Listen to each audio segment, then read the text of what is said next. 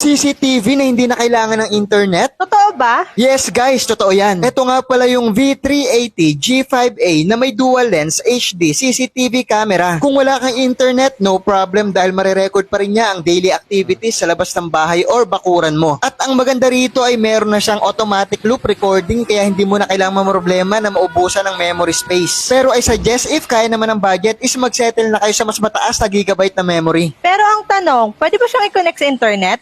Pwede at pwede mo siya ma-monitor anywhere kahit malayo ka pa sa bahay mo gamit lang ang cellphone mo. Paano pag gabi? Malinaw din ba siya? Yes, dahil meron na rin siyang intelligent full color night vision and infrared night vision. Meron na rin siyang motion sensor at magno-notif na rin siya sa cellphone mo once na mag-alarm ang CCTV. Malinaw na rin ang camera dahil naka 1080p na ang resolution niya at nagro-rotate na rin ang camera ng 355 degrees horizontal at 120 degrees naman ang vertical. Bukod sa dalawang HD lens is meron na rin niyang microphone, white and infrared LEDs. Sa baba naman ay ang reset button at ang kabitan ng memory card. At may speaker na rin yan sa likuran niya. At meron na rin niyang kasamang power adapter. Waterproof na rin siya at kayang-kaya niyang mabilad sa init ng up to 55 degrees Celsius. Overall nga ay masasabi kong sulit na talaga ang item na to. Kaya may internet ka man o wala, may panlaban ka pa rin sa masasamang loob gamit to. Sabi nga nila, safety first, kaligtasan pa rin ng pamilya ang mahalaga. At ilalagay ko na lang to dyan kaya i-click mo na ang yellow basket.